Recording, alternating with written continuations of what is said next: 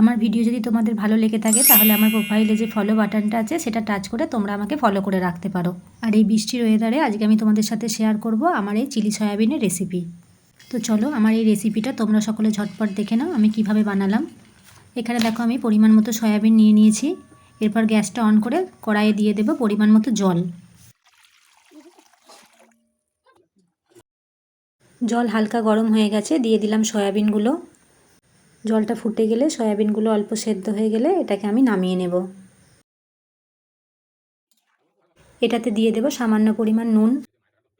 দেখো এটাকে আমি 2 থেকে 3 মিনিট ফুটিয়ে নিয়েছি। এবার এটাকে আমি নামিয়ে নেব। গরম জলটা ফেলে দিয়ে এটাকে আমি ঠান্ডা জলে পরিষ্কার করে ধুয়ে এনেছি। তারপরে দেখো হাত দিয়ে এইভাবে যতটা পারবো চিপে আমি জলটাকে ফেলে দেব।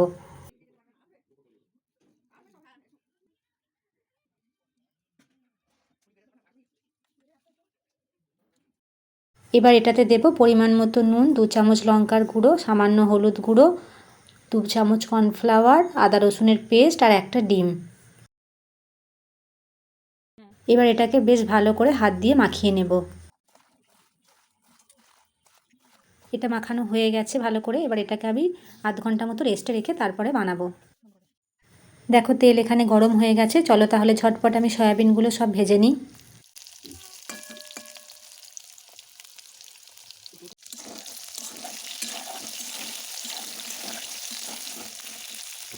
ভাজা হয়ে গেছে, তেল ঝরিয়ে আমি তুলে নিয়েছি। এরপর তেলেতে দিয়ে দেব ডুমো ডুমো করে কাটা পেঁয়াজ।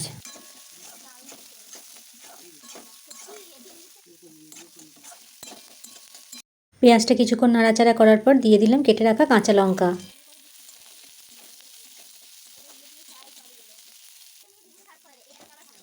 পেঁয়াজ আর কাঁচা লঙ্কা একসাথে ভাজার পর দিয়ে দেব এটাতে আমি আদা রসুনের পেস্ট। আদা রসুনের পেস্টটা দিয়ে কিছুক্ষণ হালকা সব কিছু ভাজার পর আমি টমেটো সস আর সয়া সসটা জলে গুলে রেখেছিলাম সেটা দিয়ে দিলাম। আমি বেশি পরিমাণে একদমই সস ব্যবহার করিনি, খুব সামান্যই আমি সসটা ব্যবহার করেছি। এবার এটাতে দেব সামান্য হলুদ গুঁড়ো, 1 চামচ লঙ্কা গুঁড়ো, স্বাদ মতো নুন আর স্বাদ মতো চিনি।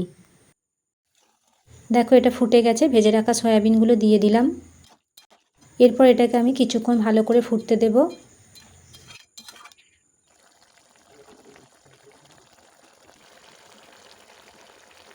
এখানে আমি কিছুটা পরিমাণ কর্নফ্লাওয়ার জলে গুলে রেখেছিলাম সেটা আমি দিয়ে দিলাম।